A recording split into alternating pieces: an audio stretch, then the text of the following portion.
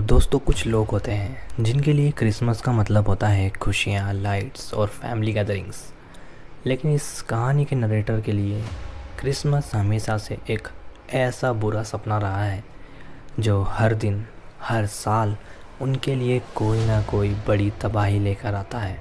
बात करें बचपन की मेमोरीज़ में, सिर्फ रिलेटिव्स का चोट पहुंचना, फैमिली में झगड़े होना और डिनर टेबल पर भी बहस होती थी।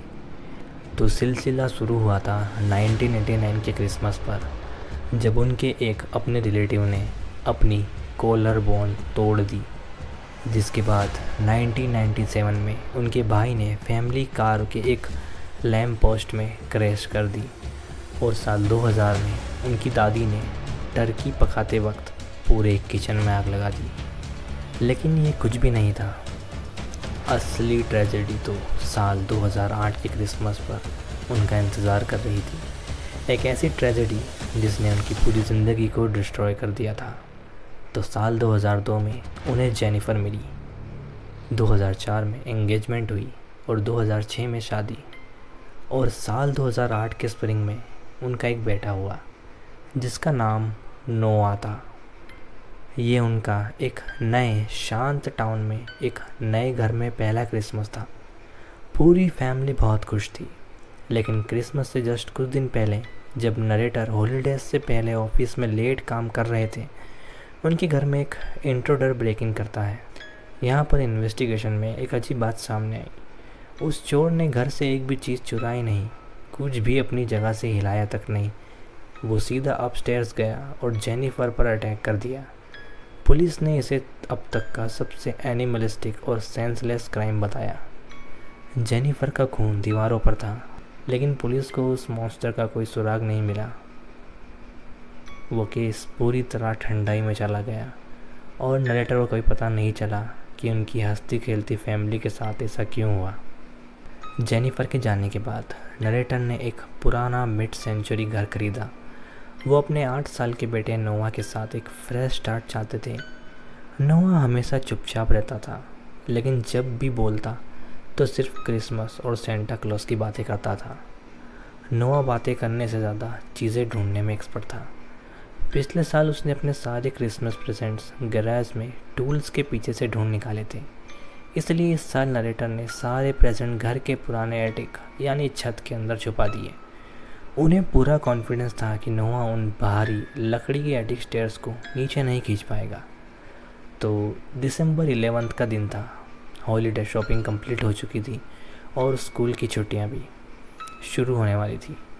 नरेटर ने सुकून के साथ एटिक की सीढ़ियों को ऊपर पुश किया और सोचा कि शायद ये उनकी ज़िंदगी का पहला अच्छा क्रिसमस होने वाला है।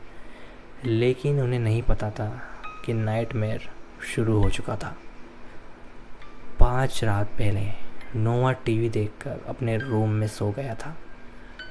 रात के ठीक 11 बजे नरेटर की नींद खुलती है एक अजीब आवाज़ से, जो हॉलवे में से आ रही थी। हॉलवे में हल्के तेज़ फुटस्टेप की आवाज़ आ रही थी, जैसे कोई बच्चा दबे पांव भाग रहा हो। फुटस्टेप्स उनके बेडरूम के दरवाजे पर आकर रुक गई। दरवाज़ा स्लोली खुला एंड वो और कोई नहीं, नोआ था।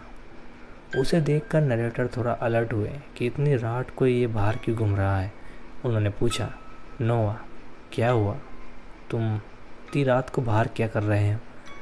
नोआ ने एक अजीब सवाल किया। डैड, क्या आप सेंटा क्लॉज में बिलीव करते हो? नरेटर ने थोड़ा अजीब फील किया, पर उसे समझाने के लिए कहा, हाँ बिल्कुल बेटा, मैं करता हूँ, क्यों? नोआ ने स्माइल किया और बोला, ओके डैड, गुड, क्योंकि उसे पता होना चाहिए कि हम उसमें बिलीव करते हैं। और दरवाज़ा बंद करके वापस अपने रूम में चला गया। 4 रात पहले दोनों बाप बेटे रिलेटिव्स के लिए क्रिसमस कार्ड बना रहे थे। पेपर, ग्लिटर, सीजर्स और ग्लू का पूरा मैस फैला हुआ था। कार्ड्स कंप्लीट होने के बाद जब नरेटर उन्हें चेक कर रहे थे, तो उन्हें एक ऐसा कार्ड मिला जिस पर फैमिली में से किसी का नाम नहीं था। उन्होंने पूछा, नोआ ये कार्ड किसके लिए है? तो नोआ ने बोला कि ये सेंटा के लिए है। अगर हम उनके लिए भी कार्ड बनाएंगे तो वो बहुत खुश होंगे। नरेटर ने स्माइल किया और उसे बाकी कार्ड्स के साथ रख दिया। लेकिन उसी रात नरेटर को फिर से एक क्रैशिंग नॉइज़ सुनाई दी और तुरंत बाद वही फुटस्टेप्स उनके रूम की तरफ आए, इस बार थोड़ी जल्दी में। नरेटर ने गुस्से में कहा, नोआ, ये सेकेंड नाइट है जब तुम बेड से उठे हो। एंड नोआ दरवाजे पर खड़ा था। उसने फिर वही पूछा, डैड, आप अभी भी सेंटा में बिलीव करते हो ना? मुझे लगता है सेंटा को पता नहीं है, बट थैंक्स।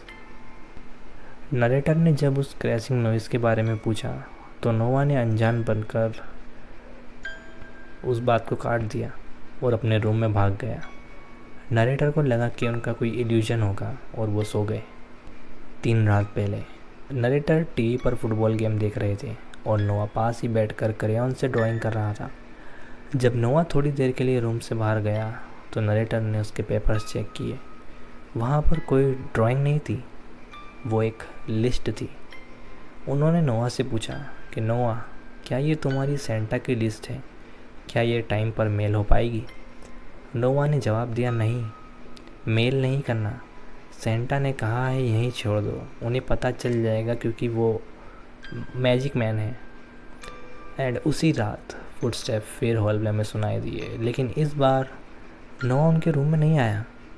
वो बस उनके दरवाजे के बाहर कुछ सेकंड के लिए खड़ा रहा और वापस अपने रूम की तरफ भाग गया। लेकिन 2 रात पहले चीज़ें थोड़ी ज़्यादा गड़बड़ाने लगी। नरेटर ने नोआ को पास बिठाया और उसके इस लेट नाइट बिहेवियर के बारे में पूछा। नोआ थोड़ा सीरियस हो गया, पर उसने धीरे से कहा कि वो सेंटा का वेट कर रहा है। फिर उसने एक अजीब रिक्वेस्ट की कि डैड, क्या हम सेंटा के लिए मिल्क और कुकीज़ छोड़ सकते हैं जब उन्हें भूख लगे? तो नरेटर ने डील की, ठीक है, पर प्रॉमिस करो कि आज के बाद तुम बेड से उठोगे नहीं। नोआ ने एक्साइटेड होकर हाँ कह दिया, लेकिन उसके फेस पर वो खुशी नहीं थी जो पहले दिखाई दी थी। उसी रात फुटस्टेप का सिलसिला फिर शुरू हुआ। पहले हल्की आवाज़ आई और फिर वो सीधा नरेटर के रूम की तरफ बढ़ी। नरेटर अब सच में परेशान हो चुके थे। जैसे ही दरवाज़ा खुला उन्होंने कहा, नोआ, मैंने कहा था ना बेड में रहने को। लेकिन नोआ ने रोते हुए कहा कि वो आ गए और उन्होंने वो खा लिए डैड। मिल्क और कुकीज़ सेंटा ने खा लिए। एंड नरेटर ने जब डाउनस्टेयर्स जाकर देखा तो उनके होश उड़ गए। गिलास और प्लेट सच में बिल्कुल खाली थे। उन्हें लगा नोआ उनसे कोई गेम खेल रहा है। उन्होंने गुस्से में डांट दिया कि नोआ, सेंटा अगले हफ्ते तक नहीं आने वाले और अगर तुमने ये स्टोरीज़ बनाना बंद नहीं किया तो वो बिल्कुल नहीं आएंगे।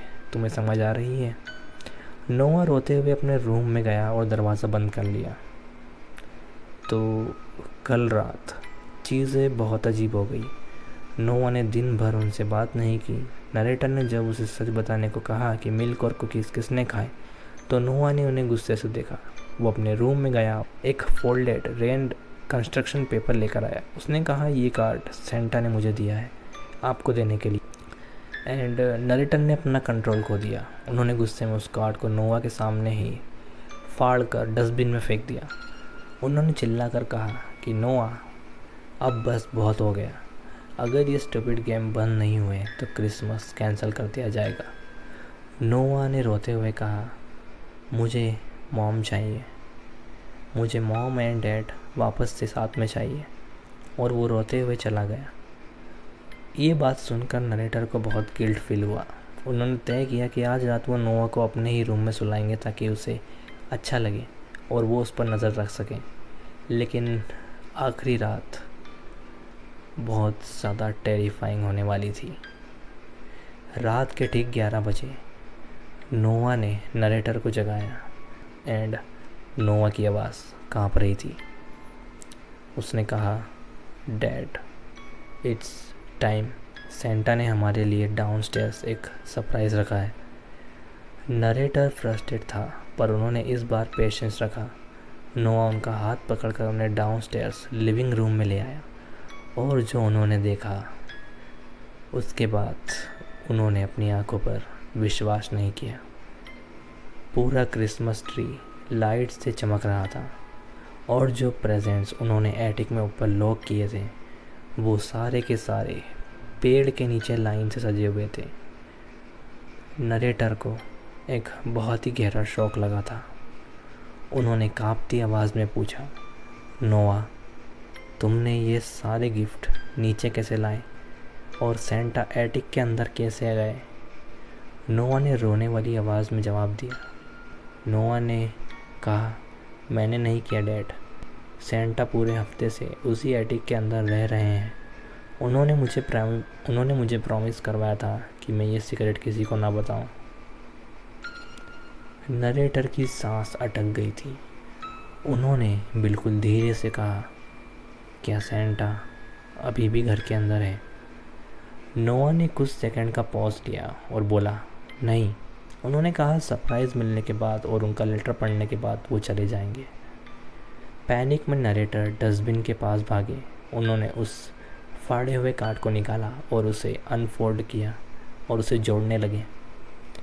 एंड कार्ड के फ्रंट पर बड़े ही एलिगेंट हैंडराइटिंग में लिखा था, all you want for Christmas. और जैसे ही उन्होंने कार्ड को अंदर से खोला, उनके हाथ से वो पेपर छूटने लगा। वहाँ पर जेनिफर और उनकी एक पुरानी फ़ोटो थी जो जेनिफर के मर्डर से ठीक 2 दिन पहले गई थी।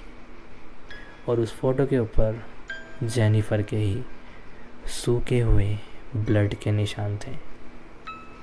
एंड उसके साथ में लिखा था, together again soon.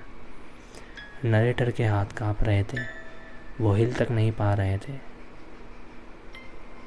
And the monster from 2008 was back. और वो अपना अधूरा काम पूरा करने आया था। कार्ड के बैक साइड पर कोई खून नहीं था, कोई ओमिनियस मैसेज नहीं था, बस एक सिंपल लाइन, हो हो हो। तो ये थी आज की स्टोरी। अगर आपको स्टोरी पसंद आई हो तो वीडियो को लाइक करें, चैनल को सब्सक्राइब करें एंड नीचे एक प्यारा सा कमेंट ज़रूर करें। एंड जाने से पहले अपने 5 दोस्तों को इस वीडियो को शेयर ज़रूर करें। मैं मिलता हूँ आपसे नेक्स्ट वीडियो में, तब तक के लिए बाय बाय।